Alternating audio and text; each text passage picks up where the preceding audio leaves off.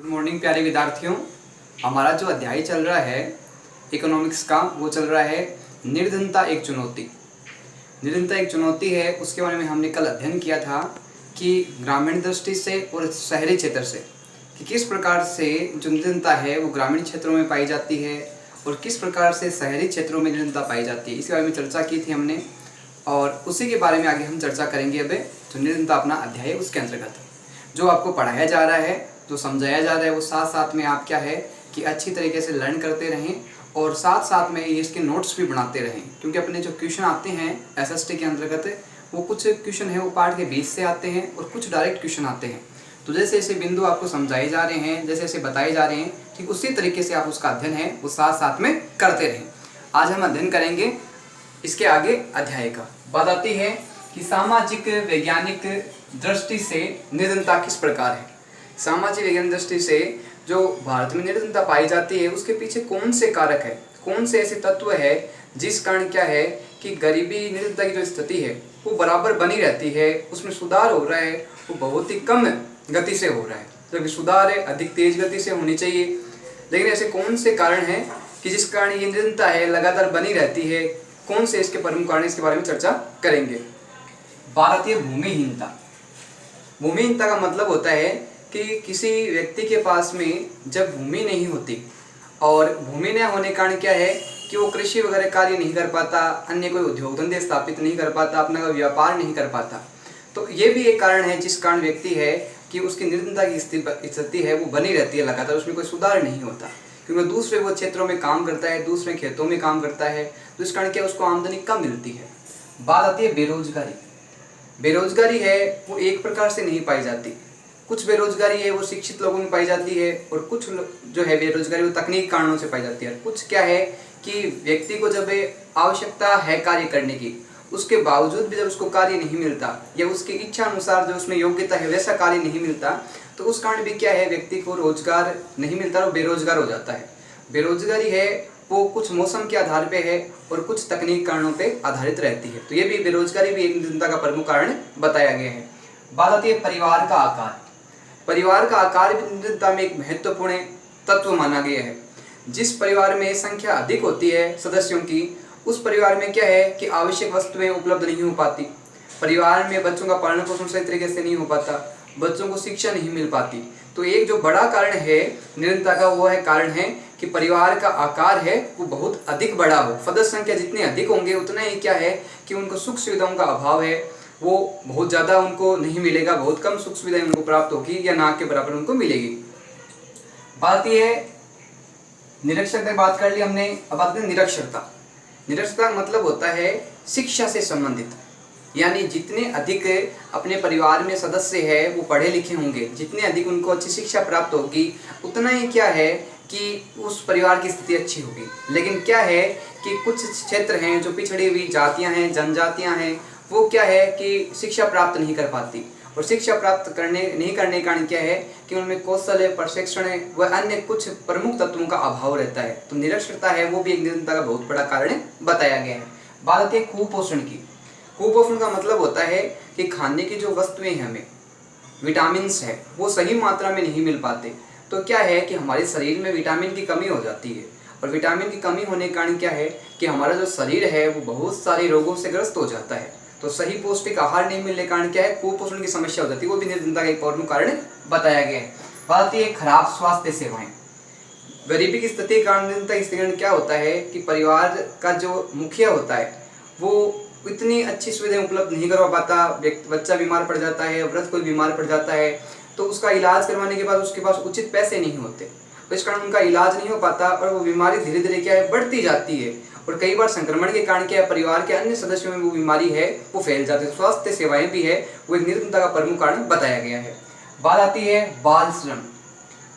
बच्चे को जब कम उम्र में ही कार्य लगा दिया जाता है तो वो क्या होता है शारीरिक मानसिक रूप से विकास नहीं कर पाता और वो क्या है कि प्रारंभ से उसकी स्थिति है वो एक न्यूनतम मजदूरी के योग्य बन जाता है। उसे उच्च मजदूरी है या अच्छी मजदूरी है वो जीवन भर में कभी प्राप्त नहीं हो पाती और वो छोटी उम्र में कार्य करने के कारण क्या है कि वो शिक्षा की तरफ तो उसका बिल्कुल रुझान ही नहीं होता, शिक्षा तो प्राप्त ही नहीं कर पाता और धीरे धीरे क्या है कि वो गरीबी के निर्धनता के चक्कर में दुष्चक्कर में धीरे धीरे फंसता चला जाता है और उसका शारीरिक विकास भी क्या है, पूर्ण रूप से नहीं हो पाता।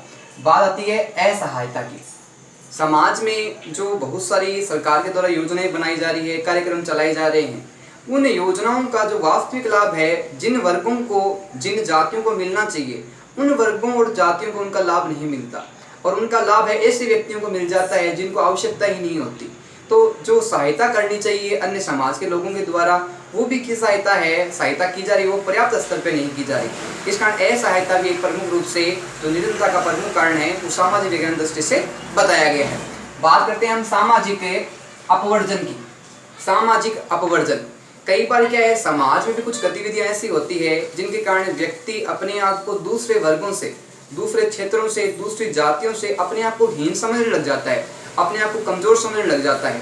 और अपवर्जन का जो अर्थ बताया गया है, अपवर्जन का अर्थ होता है त्याग, यानी किसी वस्तु को हम त्याग देते हैं, अलग कर देते हैं, उसका महत्व कम हो जाता है, तो या उसको महत्व कम देना, उसको कहा जाता है अपवर्जन। बात आती है व्यक्ति या व्यक्ति समूह सुविधाओं और लाभों से वंचित, यानी समाज के कुछ व्यक्ति तो ऐसे हैं जिनको हर प्रकार की योजनाओं का, कार्यक्रमों का लाभ मिल रहा है, और कुछ परिवार, कुछ व्यक्ति ऐसे हैं जिनको लाभ बिल्कुल भी नहीं मिल रहा। समाज के कुछ ऐसे व्यक्ति हैं जिनके पास सुख सुविधाओं का पूर्ण रूप से उनके पास सुविधाएं उपलब्ध है, और समाज के कुछ व्यक्ति ऐसे हैं जिनके पास सुख सुविधाएं बिल्कुल भी, किसी भी लेश मात्र भी उनके पास सुविधाएं नहीं है। तो क्या है कि ये जो भेदभाव है, ये भी समाज में देखने को मिलता है। बात आती है भारत में जाति व्यवस्था की धारणा। भारत में प्रारंभ से ही क्या है, जाति को विशेष महत्व दिया गया है। जो उच्च कार्य किए जाते हैं वो ब्राह्मणों द्वारा किए जाते हैं, क्षत्रियों द्वारा किए जाते हैं, वैश्यों द्वारा किए जाते हैं, लेकिन जो शूद्र जातियां हैं, जो पिछड़ी हुई जातियां हैं, उनको क्या है कि समाज में विशेष महत्व नहीं दिया गया है। उनको एक प्रकार से दास समझा जाता है, और एक प्रकार से उनसे अत्यधिक श्रम करवाया जाता है, अत्यधिक कार्य करवाया जाता है, और समाज में उनको उठने बैठने का समान रूप से दर्जा प्राप्त नहीं है, समान रूप से उसको सामाजिक सांस्कृतिक अवसरों में सम्मिलित होने का अवसर प्रदान नहीं किया जाता। तो ये भी कारण देखने को मिलते हैं। बात आती है कुछ जातियां अवसरों से वंचित।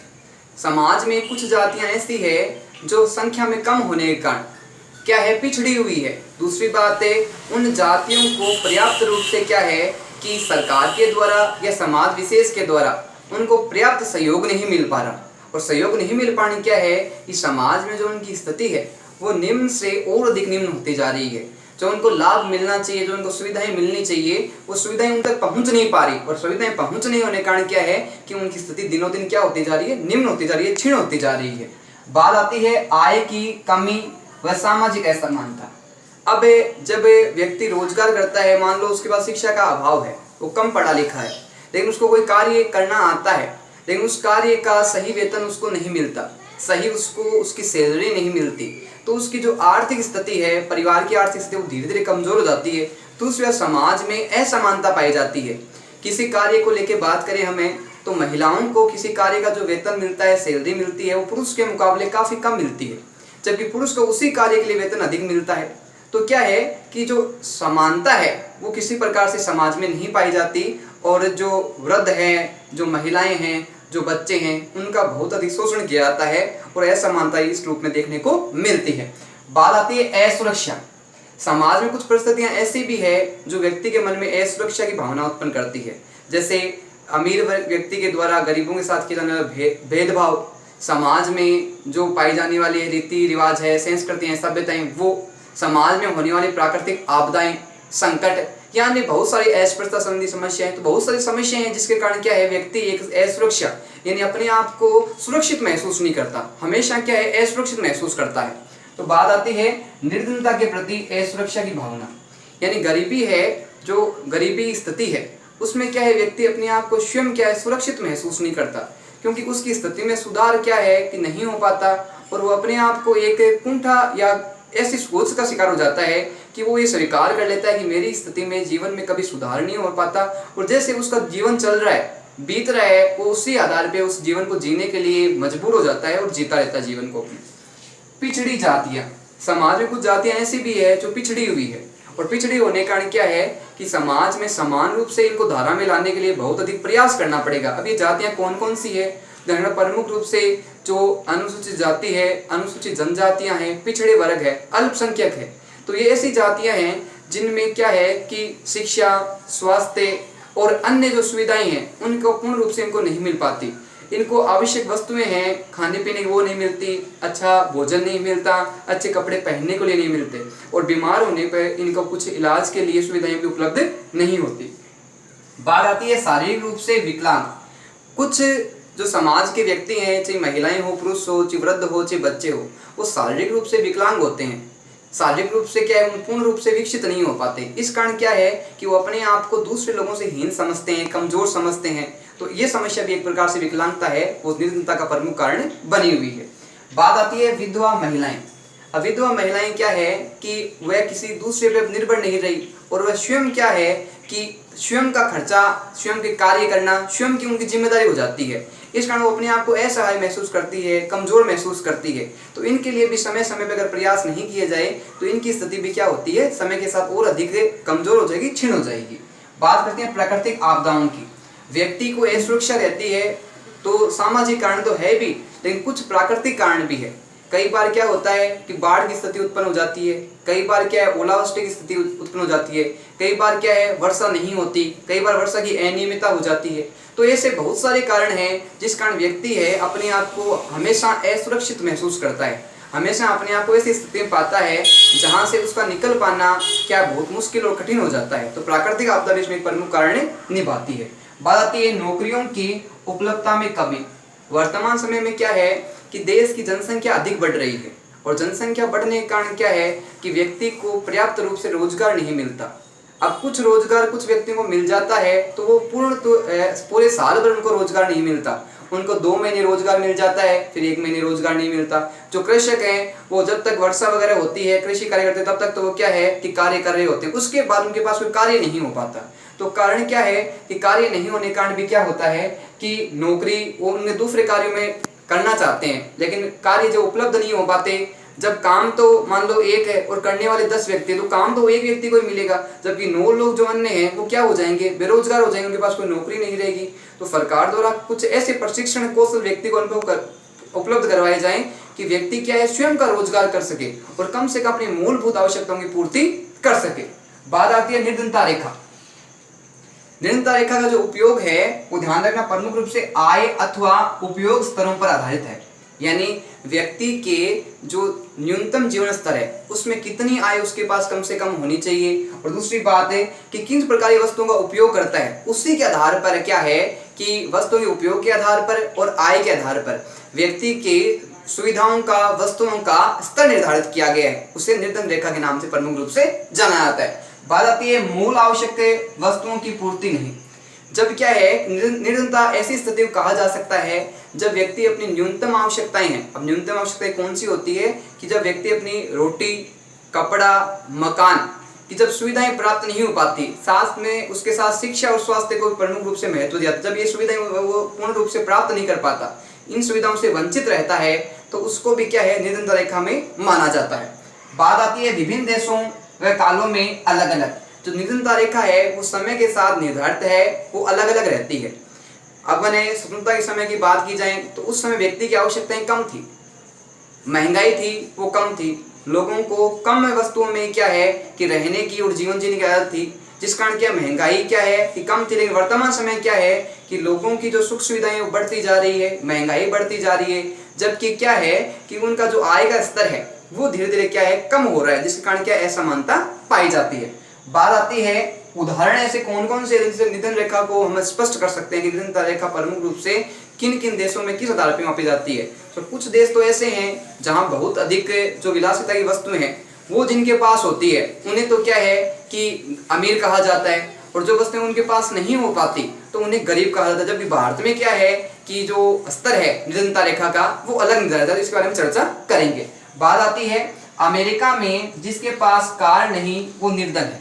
यानी अमेरिका है एक बहुत बड़ा विकसित देश है जहां जिस घर में जिस व्यक्ति के पास कार नहीं है उस व्यक्ति को निर्धन कहा गया है। यानी कार क्या है बहुत महंगी चीज है, और वहां अमेरिका में क्या है वो एक सामान्य संसाधन है कि जो संसाधन अगर है तब तो वो परिवार क्या है कि अमीर है, और अगर वो संसाधन कार के रूप में नहीं है या अन्य कोई विकल्प उनके पास नहीं है तो वो निर्धन परिवार माना जाएगा। बात करते हैं भारत की। भारत में कार विलासिता का साधन, भारत में आज भी क्या है कि कार है वो एक बहुत बड़ी सुख सुविधाओं में मानी जाती है, बहुत बड़ा विलासिता का साधन माना जाता है। लेकिन क्या है कि अमेरिका में वो सामान्य है। भारत में अगर सामान्य रूप से दोपहिया वाहन भी अगर किसी के पास होता है, साइकिल भी अगर किसी के पास होती है, तो उनको क्या है कि गरीब की श्रेणी में नहीं माना जाता। वहाँ क्या है, भारत में जो सुविधाओं का स्तर है वो कम है, और व्यक्ति को अगर अपनी मूलभूत आवश्यक वस्तुएं प्राप्त हो जाती है, जैसे रोटी है, कपड़ा है, मकान है, स्वास्थ्य है, शिक्षा है, तो उस व्यक्ति को गरीब नहीं कहा जाता। और जिनको इन सुविधाओं से वंचित रहता है उन व्यक्तियों को भारत में क्या है, निर्धन कहा गया है, गरीब कहा गया है। अब बात करते हैं भारत की, कि भारत में निर्धनता है वो किस आधार पे निर्धारण किया गया है। भारत में निर्धनता की जो रेखा है यानी स्थिति है वो कौन कौन सी निर्धारित की गई है, किन वस्तुओं के अभाव में एक व्यक्ति को निर्धन कहा जा सकता है, और किन वस्तुओं के प्राप्त होने पे एक व्यक्ति को निर्धन या गरीब नहीं कहा सकता, इसके बारे में चर्चा करेंगे। बात आती है भारत में निर्धनता रेखा का निर्धारण, यानी किस प्रकार की प्रक्रिया अपनाई है, किन वस्तुओं के होने पे व्यक्ति निर्धन है और किन के नहीं होने पे वो निर्धन नहीं है। बात आती है खाद्य आवश्यकता, कपड़े और जूते, यानी जिस परिवार के पास क्या है, खाने की वस्तुएं हैं वो पर्याप्त मात्रा में उपलब्ध है, पहनने के लिए उसके पास क्या है कि कपड़े हैं, और साथ में क्या है, पैरों में पहनने के लिए उसके पास जूते हैं, ये अगर उपलब्ध हो जाते हैं तो उस व्यक्ति को क्या है कि निर्धन या गरीब की दृष्टि से नहीं देखा जा सकता। एक प्रकार से उसकी सामान्य आवश्यकताएं हैं वो पूर्ति हो रही है। बात आती है ईंधन व प्रकाश की, यानी घर में खाना पकाने के लिए कौन से संसाधन उसके पास उपलब्ध है, क्या वो लकड़ी का उपयोग कर रहा है, क्या वो मिट्टी के तेल का उपयोग कर रहा है, क्या वो गैस का उपयोग कर रहा है, या किसी अन्य कारण उसके पास उपलब्ध है। अगर ये उपलब्ध है तो उस व्यक्ति को निर्धन नहीं कहा जाता। बात करते हैं प्रकाश की। प्रकाश का मतलब होता है रोशनी। रोशनी का संबंध बिजली से बताया गया है, यानी जिस घर में बिजली उपलब्ध है या रोशनी का संसाधन उपलब्ध है वो परिवार भी क्या है, निर्धनता रेखा में नहीं कहा जाएगा। और जिनके पास नहीं है, न तो ईंधन है, न प्रकाश है, न कपड़े हैं, न जूते हैं, और न खाने के लिए खाद्य पदार्थ उनके पास है, अगर है तब तो वो निर्धन नहीं है, और अगर नहीं है तो उनको निर्धन कहा जाएगा। बात आती है शिक्षा और चिकित्सा की, यानी व्यक्ति अगर पढ़ा लिखा है, उसको पढ़ाई के लिए आवश्यक रूप से विद्यालय में भेजा जा रहा है, वो शिक्षा प्राप्त कर रहा है, उसके साथ ही अगर परिवार का सदस्य बीमार हो जाता है, अस्वस्थ हो जाता है, तो अगर उसके स्वास्थ्य सेवाएं उपलब्ध हो रही है और उसको शिक्षा उपलब्ध हो रही है तो उस परिवार को निर्धन नहीं कहा जाएगा, और अभाव में निर्धन कहा जा सकता है। कैलोरी पर आधारित है व्यवस्था, यानी भारत में जो ग्रामीण क्षेत्रों की है, शहरी क्षेत्रों की है, वो अलग अलग कैलोरी निर्धारित की गई है। ग्रामीण क्षेत्रों की है किस प्रकार से कम है, शहरी क्षेत्रों की ज़्यादा है या कम है, इसका हम चर्चा करेंगे। और इन कैलोरी में प्रमुख रूप से कौन सी वस्तुओं को शामिल किया गया है इसके बारे में भी चर्चा करेंगे। तो बात है सबसे पहले खाद्य वस्तुएं, यानी कौन कौन सी खाद्य वस्तुएं हैं वो उपलब्ध होने पे परिवार की स्थिति को निर्धारण किया गया है। प्रमुख रूप से अनाज है, दालें हैं, सब्जियां हैं, दूध है, तेल है, चीनी। इन खाद्य वस्तुओं के आधार पे प्रत्येक व्यक्ति की कैलोरी है उसको निर्धारित किया गया है। कुछ क्षेत्रों में कैलोरियां ज़्यादा है और कुछ में अधिक है, इस बारे में चर्चा करेंगे। बात आती है कि कैलोरी का जो निर्धारण होता है वो किस आधार पे होता है, यानी एक समान रूप से सबके लिए समान कैलोरी निर्धारित की गई है या अलग अलग। तो ध्यान रखना, आयु के आधार पे, लिंग के आधार पे, और आयु के आधार, लिंग आधार, इसके साथ में प्रमुख रूप से काम की प्रकृति किस प्रकार की है, इस पे आधार पे कैलोरी निर्धारित की गई है। एक व्यक्ति है, उसकी आयु क्या है, वो महिला है या पुरुष है, वो किस प्रकार का कार्य कर रहा है, क्या वो मेहनत वाला कार्य अधिक कर रहा है या उसमें श्रम कम लगाना पड़ रहा है, तो उसके आधार पे क्या है कि प्रति व्यक्ति की कैलोरी है वो निर्धारित की गई है। बात आती है कि ग्रामीण क्षेत्रों में प्रति व्यक्ति कैलोरी कितनी है।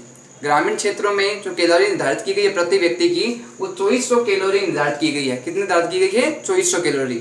जबकि जो नगरीय क्षेत्र है उनमें जो प्रति व्यक्ति कैलोरी निर्धारित की गई है वो 2100 है, 2100 है, वो तो शहरी क्षेत्रों की है। जबकि ग्रामीण क्षेत्रों की जो कैलोरी है वो अधिक निर्धारित की गई। अब बात आती है कि ग्रामीण क्षेत्रों की अधिक क्यों है और शहरों की कैलोरी कम क्यों है, तो इसके पीछे भी कुछ कारण है जिनके बारे में चर्चा करेंगे। बात आती है ग्रामीण क्षेत्रों में अधिक कैलोरी। ग्रामीण क्षेत्रों में जो कैलोरी अधिक होने का कारण क्या है कि ग्रामीण लोग हैं वो श्रम अधिक करते हैं, मेहनत अधिक करते हैं, पसीना अधिक बहाते हैं, जिस कारण क्या है कि उनको खाद्य वस्तुओं की अधिक आवश्यकता पड़ती है, जिस कारण उनकी कैलोरी अधिक है। बात आती है शहरी क्षेत्रों में कम कैलोरी। शहर के जो व्यक्ति हैं, शहर के जो लोग हैं वो शारीरिक श्रम कम करते हैं, और शारीरिक श्रम कम होने के कारण क्या है कि उनको कम कैलोरी की, कम खाद्य वस्तुओं की आवश्यकता पड़ती है। इस प्रकार मेहनत के आधार पे, श्रम के आधार पे, कार्य के आधार पे इस कैलोरी का निर्धारण किया गया। साथ में आयु लिंग और कार्य की प्रकृति को प्रमुख महत्व दिया गया है। बात आती है कि व्यय व कीमतों में समय समय पर संशोधन, यानी एक व्यक्ति है वो कितने रुपए खर्च करता है, व्यय करता है, और समय समय के साथ क्या है कि उस व्यय का स्तर है वो परिवर्तन किया जाता है। जैसे जैसे क्या है कि जो अपने समय बढ़ रहा है, समय आगे जा रहा है, तो उस समय क्या है कि व्यक्ति का व्यय करने की जो क्षमता है या प्रमुख व्यय जो न्यूनतम बताया गया है उसकी सीमा है वो परिवर्तित होती रहती है। समय के साथ इसमें परिवर्तन होता रहता है। जहाँ पहले स्वतंत्रता के समय वो व्यय की सीमा कम थी और वर्तमान समय व्यय की जो सीमा है उसको बढ़ा दिया गया, इसके बारे में चर्चा करेंगे। बात आती है 2011-12 में निर्धनता रेखा का निर्धारण, या निर्धनता रेखा का निर्धारण कब किया गया था? 2011-12 में क्या है कि निर्धनता रेखा यानी न्यूनतम जीवन स्तर है उसका निर्धारण की व्यवस्था की गई थी। बात आती है ग्रामीण क्षेत्रों में प्रति माह 816 रुपए, यानी ग्रामीण क्षेत्र में प्रत्येक व्यक्ति है वो 816 रुपए खर्च करता है या अपने ऊपर व्यय करता है, तो उस व्यक्ति को गरीब नहीं कहा जाएगा, निर्धन नहीं कहा जाएगा। लेकिन जिस व्यक्ति ने ग्रामीण क्षेत्र में 816 रुपए से कम खर्च किए हैं तो उस व्यक्ति को निर्धनता की श्रेणी में माना जाता है। बात करते हैं शहरों की। शहरी क्षेत्रों में जो प्रति माह खर्च बताया गया प्रत्येक व्यक्ति का वो बताया गया 1000 रुपए। 1000 रुपए अगर वो खर्च करता है, व्यय करता है, तो वो निर्धन नहीं है। इससे कम करता है तो निर्धनता की श्रेणी में उसको सम्मिलित किया गया, उसको माना गया है। बात आती है शहरों में कम कैलोरी उच्च राशि, यानी शहरों में कम कैलोरी होने के बावजूद भी उच्च राशि निर्धारित की गई है। तो इसके पीछे बहुत सारे कारण हैं कि ग्रामीण क्षेत्रों में क्या है कि छोटा स्तर होने के कारण वस्तुएं हैं आसानी से उपलब्ध हो जाती है और सस्ती दरों पे उपलब्ध होती है, जबकि शहरों में ये विशेषताएं देखने को नहीं मिलती। बात आती है शहरों में वस्तुओं की कीमतें अधिक। शहरों में जो वस्तुएं हैं जो हम परचेज करते हैं, खरीदते हैं, उनके जो मूल्य होता है वो ग्रामीण क्षेत्रों के मुकाबले क्या होता है? अधिक होता है। इस कारण क्या है कि ग्रामीण क्षेत्र में कम है प्रतिमाह है पैसे निर्धारित किए गए, रुपए निर्धारित किए गए हैं, जबकि शहर में क्या है अधिक निर्धारित किए गए हैं। बात करते हैं आगे हमें ग्रामीण व शहरी क्षेत्रों में 5 सदस्यों का निर्धारण। एक व्यवस्था की गई है जिसके तहत क्या है कि 5 सदस्यों के आधार पर एक परिवार को कितने आर्थिक रूप से मजबूत होना चाहिए, कितने रुपए अगर वो खर्च करता है तो उसको निर्धन नहीं कहा जाएगा, उसको गरीब नहीं कहा जाएगा, इसका निर्धारण किया गया है। तो ग्रामीण क्षेत्र में और शहरी क्षेत्र में 5 सदस्यों का जो रूपरेखा लेके उसमें व्यय का निर्धारण किया गया उसके बारे में चर्चा करेंगे। बात आती है ग्रामीण क्षेत्र में प्रतिमाह परिवार की आय। ये ग्रामीण क्षेत्र में रहने वाले 5 व्यक्ति एक परिवार में हैं तो उसके पास कम से कम प्रतिमाह कितनी आय होनी चाहिए कि वो अपनी आवश्यकताओं को पूरा कर सके, या निर्धनता की रेखा में शामिल उसको नहीं किया जाए। ध्यान रखना 4080 रुपए जिस ग्रामीण क्षेत्र में 5 व्यक्तियों के परिवार में है उस व्यक्ति को निर्धन या गरीब नहीं कहा जाएगा। बात आती है शहरी क्षेत्र में प्रतिमाह परिवार की आय, यानी शहरी क्षेत्र में 5 व्यक्तियों के परिवार में कितनी आय है वो न्यूनतम बताई गई है। तो ध्यान रखना 5000 रुपये अगर किसी परिवार में 5 सदस्य हैं और वो अगर उनकी आय इतनी है तो वो व्यक्ति, वो परिवार क्या है निर्धन नहीं कहा जाएगा, वो निर्धनता रेखा से ऊपर माना जाएगा। बात आती है आगे निर्धनता रेखा का निर्धारण है वो कितने वर्षों में किया जाता है। ध्यान रखना प्रत्येक 5 वर्ष के बाद में निर्धनता रेखा है उसका निर्धारण किया जाता है कि कितनी वस्तुएं चाहिए खाद्य पदार्थ के रूप में, कितनी आय होनी चाहिए, ये कार्य निर्धारित किए गए हैं। बात आती है कि इसकी जो जानकारी है उसकी जो सर्वेक्षण है वो कौन करता है, इन सारी चीजों के बारे में अध्ययन है वो कौन सी संस्था करती है। ध्यान रखना कि जो राष्ट्रीय प्रतिदर्श सर्वेक्षण संगठन है उसके द्वारा निर्धनता का क्या है कि निरीक्षण किया जाता है, उसको जांच की जाती है। और वर्तमान समय में जो इसका नाम है राष्ट्रीय प्रतिदर्श सर्वेक्षण संगठन का, ये परिवर्तित कर दिया गया है, बदल दिया गया है ना। अब जो इसका नाम है वो है राष्ट्रीय प्रतिदर्श सर्वेक्षण कार्यालय है। पहले क्या था? संगठन था, और अब इसका नाम क्या हो गया? राष्ट्रीय प्रतिदर्श सर्वेक्षण कार्यालय हो गया है।